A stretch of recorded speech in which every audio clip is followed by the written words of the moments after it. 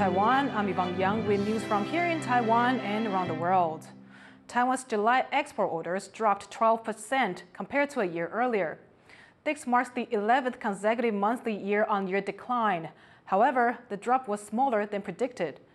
The Economy Ministry had projected a fall of 17 to 21%. Also, on a monthly basis, the July figure was up 8% compared to June. The ministry says larger orders for semiconductors and electronics and growing demand for AI servers helped to beat expectations. A Japanese politician has married his Taiwanese partner in Taiwan. LGBTQ rights groups say the marriage shows how far Taiwan has come, but as John Van Trieste reports, for some same-sex couples, a wedding in Taiwan remains out of reach. Just married. Japanese city councilor Shibaguchi Masahiro has come to this Taipei registry to tie the knot with his Taiwanese partner. Though Japan has its share of LGBTQ politicians, Shibaguchi is the first in a same-sex marriage. Shibaguchi and his now husband, Liu-Ling-jun, both live in Japan, but getting married there still isn't an option, as Japan doesn't recognize same-sex marriages. Still, their partnership has been public, with Liu even joining Shibaguchi on his campaigns. Liu-Ling-jun says getting married back home in Taiwan has given him a feeling of acceptance. But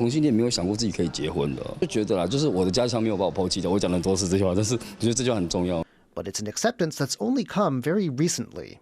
Taiwan's legalization of same-sex marriage in 2019 came with a rule that excluded citizens of most foreign countries, including Japan. That was only scrapped earlier this year. And barriers remain. Citizens of over a dozen countries must go through an interview process before they can come to Taiwan to wed. Even now, rights activists say there are still many couples that can't get married.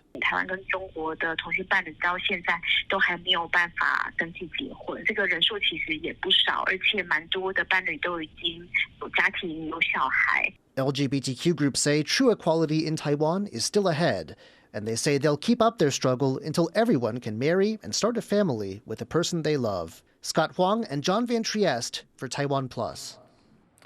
In a fishing town in southern Taiwan, hundreds of Indonesian fishermen were out over the weekend to belatedly celebrate their country's Independence Day.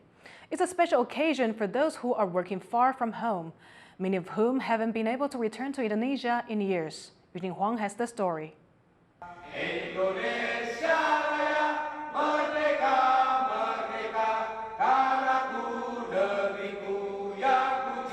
An emotional scene in Pingtung on Sunday, as these Indonesian fishermen stood to sing their country's national anthem.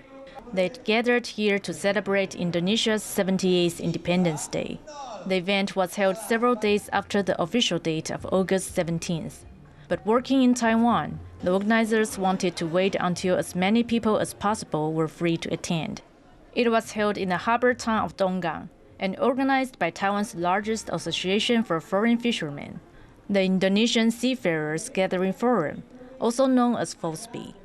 Karena pada dasarnya kita sebagai bangsa Indonesia, yaitu bangsa yang merdeka, kita dimanapun juga harus menjadi pekerja migran pun harus merdeka sesuai hak kita juga, dan di luar negeri pun kita juga tetap menjalin persatuan dan kesatuan untuk menyatukan rasa solidaritas gotong royong itu.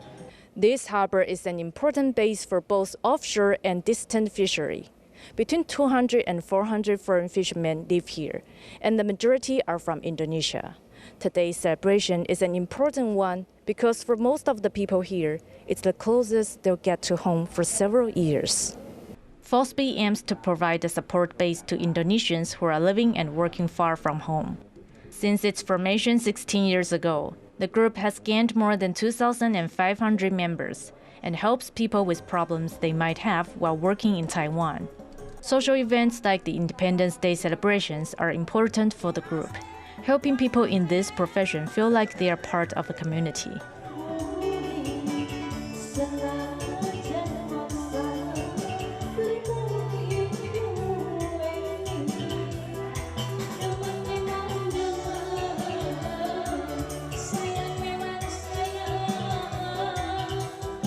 Just like back home, there were bands playing Indonesian music for people who want to dance.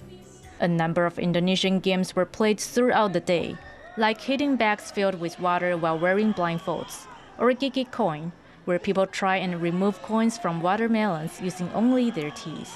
Ya, karena kita berada di negeri Taiwan, tentunya rindu dengan kampung halaman di Indonesia. Perasaan sangat senang sekali untuk mengobati kerinduan kita yang jauh di negara Indonesia telah terobati di negara Taiwan. Ya, tentunya saya juga merasa senang dan bahagia karena nggak di Indonesia saja, di Taiwan pun saya juga bisa merasakan dan merayakan kemerdekaan Indonesia yang ke-78. Not everyone who showed up for the celebrations works in the fishing industry, though. Pingdong is also home to almost around 7,000 caregivers and 2,000 immigrants from Indonesia. Many of them also stopped by to take part in the fun.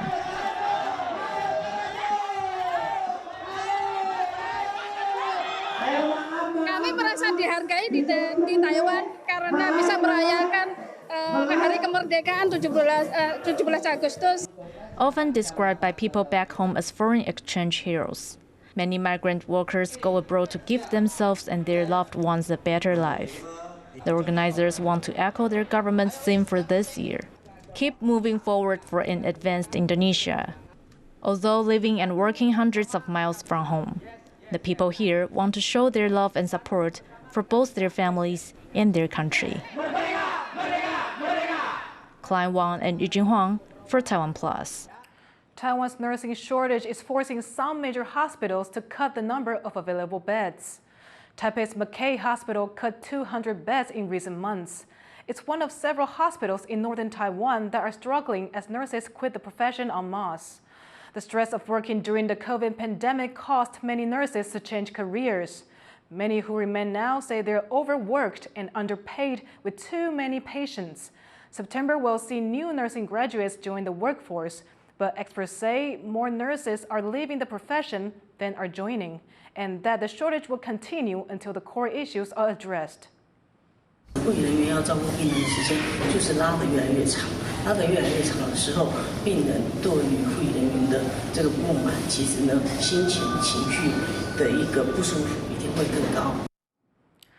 A subsidized counseling program offered to young people in Taiwan reached full capacity in less than a month.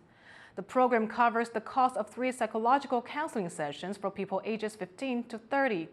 It was introduced in August, and it aims to tackle poor mental health in the age group. Suicide rates for young people in Taiwan have tripled over the past decade and are the second leading cause of death for people ages 15 to 24. Taiwan's Health Ministry designed the program to help those who need care get their foot in the door. Now its openings in Taipei and Taichung are full. The country's health minister says they're adjusting counselor quotas by region. But Taipei authorities say they will temporarily stop taking on new cases. 大概累积到目前已经服务到2000人次左右，我们会先暂时的不再收新案，目的是让已经加入这个团队的民众能够服务满3次。 The southern city of Kaohsiung is offering a tasty incentive to get people to give blood. On August 27th, the government will give a free lobster to people who donate, 2 of them if people give enough.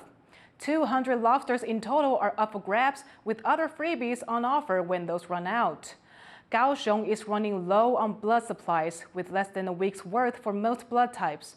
Taiwan often had blood shortages. Critics say donation rules are too restrictive, with limits on donors based on age, sexual orientation, and frequency of donations. Thank you for watching What's Up Taiwan. Remember to download the TaiwanPlus app for more stories from Taiwan and around the world. Finally, we leave you with images of 2 newborn leopard cubs in the central Polish city of Plock. I'm Yvonne. Take care, and I'll see you next time.